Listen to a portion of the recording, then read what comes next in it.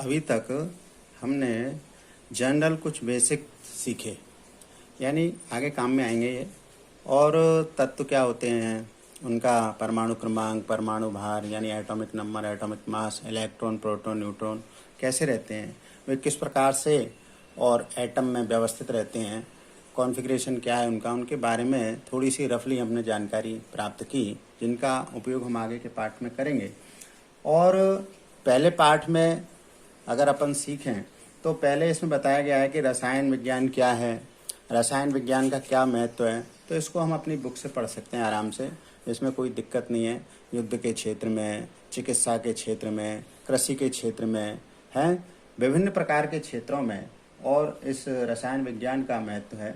और हम ये कह सकते हैं कि रसायन के बिना हमारा जीवन संभव नहीं है, इस प्रकार से अपन कह भी सकते हैं। फिर इसके बाद में बताया गया है द्रव्य की प्रकृति, यानी द्रव्य यानी पदार्थ। हम जानते हैं, हमने पढ़ा है अभी तक कि जो पदार्थ है वो मुख्य रूप से ठोस, द्रव और गैस तीन अवस्थाओं में पाया जाता है। और इन ठोसों में, द्रवों में, गैसों में आपस में बहुत बार हमने तुलना की है कि किस प्रकार से इनमें आपस में विभेद हम कर सकते हैं। यानी ठोस को यदि गर्म किया जाए तो द्रव में, और द्रव को गर्म किया जाए तो गैस में परिवर्तित किया जा सकता है। इसी प्रकार से गैस को ठंडा करने पर द्रव में और द्रव को ठंडा करने पर ठोस में परिवर्तित किया जा सकता है।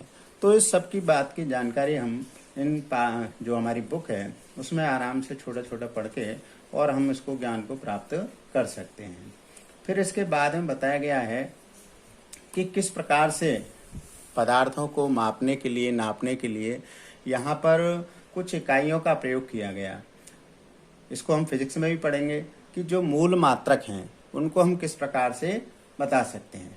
तो मुख्य रूप से जो 7 मात्रक हैं, 7 भौतिक राशियां हैं, उनको जो है और मूल राशियां कहते हैं और उनके मात्रकों को मूल मात्रक कहते हैं। एसआई प्रणाली यानी अंतर्राष्ट्रीय प्रणाली या पद्धति के अनुसार 6 जो राशियां हैं, जैसे लंबाई है, इसका मात्रक मीटर है, द्रव्यमान है, इसका मात्रक किलोग्राम, समय का सेकंड, विद्युत धारा का एम्पियर, ऊष्मा गतिकी साम का केल्विन, तापक्रम का यानी टेम्परेचर का केल्विन, पदार्थ की मात्रा का मोल और ज्योति तीव्रता का कैंडेला।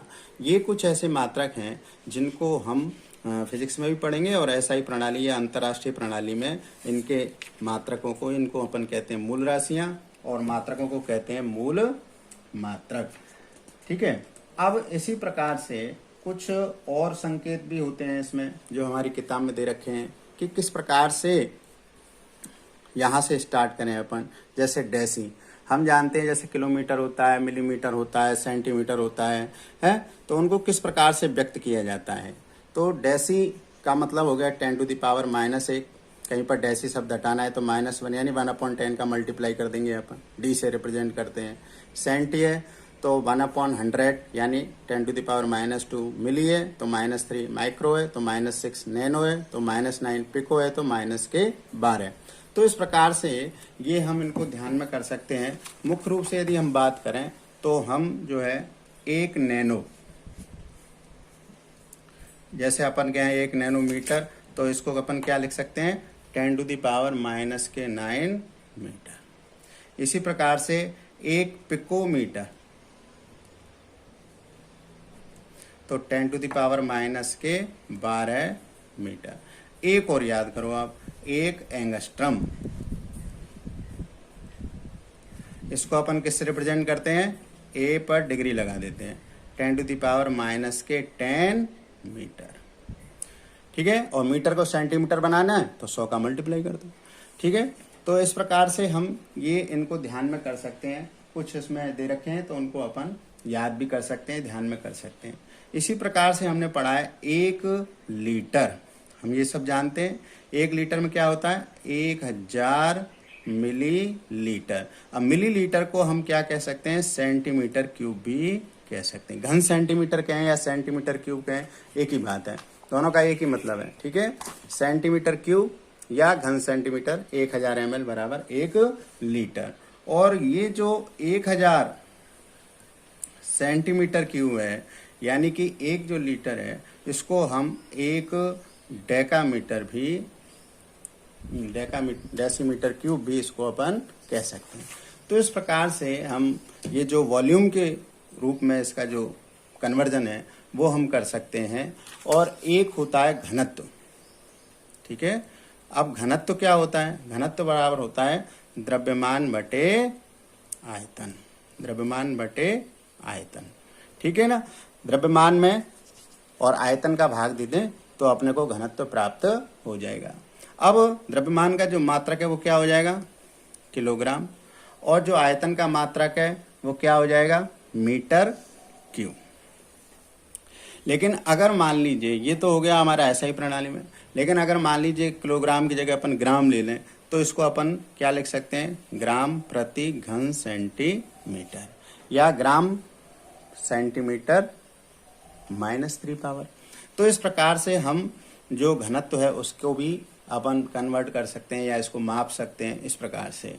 इसी प्रकार से टेम्परेचर की जो यूनिट है वो क्या है? केल्विन है, ठीक है ना। उसकी जो इकाई है, उसका जो मात्रक है वो क्या है? केल्विन है। तो अब जो टेम्परेचर है, ताप है, उसको नापने के लिए 3 पैमाने होते हैं। एक तो होता है सेल्सियस, जो आप जानते हो, एक होता है फ़ारेनहाइट, और एक होता है केल्विन, जिसे अपन परम ताप कहते हैं। तो फ़ारेनहाइट इसको ऐसे लिख सकते हैं अपन, डिग्री सेंटीग्रेड, डिग्री एफ, और केल्विन को केवल के से रिप्रेजेंट करते हैं। अब इनको एक दूसरे में कैसे परिवर्तित कर सकते हैं, ठीक है ना। तो केल्विन जो है, केल्विन अगर हम इनको बनाना है, ठीक है ना, इसको क्या लिख सकते हैं? परम ताप, इसको लिख सकते हैं एब्सोल्यूट टेम्परेचर। और अगर डिग्री सेंटीग्रेड है तो उसमें क्या जोड़ दें अपन? 273। वैसे तो 273 पॉइंट समथिंग होता है, लेकिन सामान्य रूप से अपन 273 इसमें जोड़ देते हैं, ठीक है। इसी प्रकार से अगर अपन डिग्री सेंटीग्रेड को किस में चेंज करना चाहते हैं? फ़ारेनहाइट में चेंज करना चाहते हैं, तो डिग्री एफ बनाने के लिए अपन क्या पास में सूत्र क्या है? 9/5 इंटू डिग्री सेंटीग्रेड प्लस 32, ठीक है। तो ये 2 फॉर्मूले हैं जिनकी सहायता से हम एक दूसरे प्रकार में इसको कन्वर्ट कर सकते हैं। तो जैसे हमने कहा भाई 25 डिग्री सेंटीग्रेड है, इसको हम कन्वर्ट करें तो कैसे प्राप्त हो जाएगा अपने को? जैसे डिग्री एफ बराबर 9/5 इंटू 25 प्लस 32, ठीक है। और इसको सॉल्व करेंगे तो हमारे पास में आ जाएगा 77 डिग्री एफ, ठीक है। तो इस प्रकार से ये अपने को प्राप्त हो जाएगा। और जैसे अपन इसको 25 डिग्री सेंटीग्रेड को केल्विन में परिवर्तित करें तो 25 डिग्री सेंटीग्रेड बराबर क्या हो जाएगा? 25 प्लस 273 बराबर कितने हो गए? 8, और ये हो गया 298 केल्विन, ठीक है। तो इस प्रकार से हम इसको एक दूसरे में कन्वर्ट कर सकते हैं। अब इसके बाद में आगे पढ़ेंगे अपन, ठीक है। धन्यवाद।